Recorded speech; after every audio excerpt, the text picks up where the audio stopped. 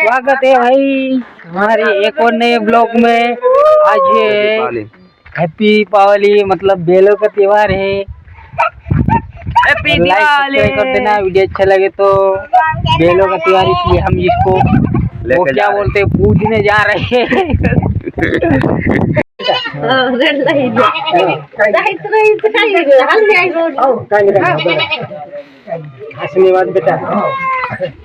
बेटा भाई एक खाने नहीं लगे खर्चा मासने के कोई की कोई माना त्योहार से मांगना कावे कोई ऐसे कोई रे में इतना का सस कर देता तो सस मिलता तो वहां पला समझ जाता दो नहीं दादा पुरुष कर रहे पहले तुम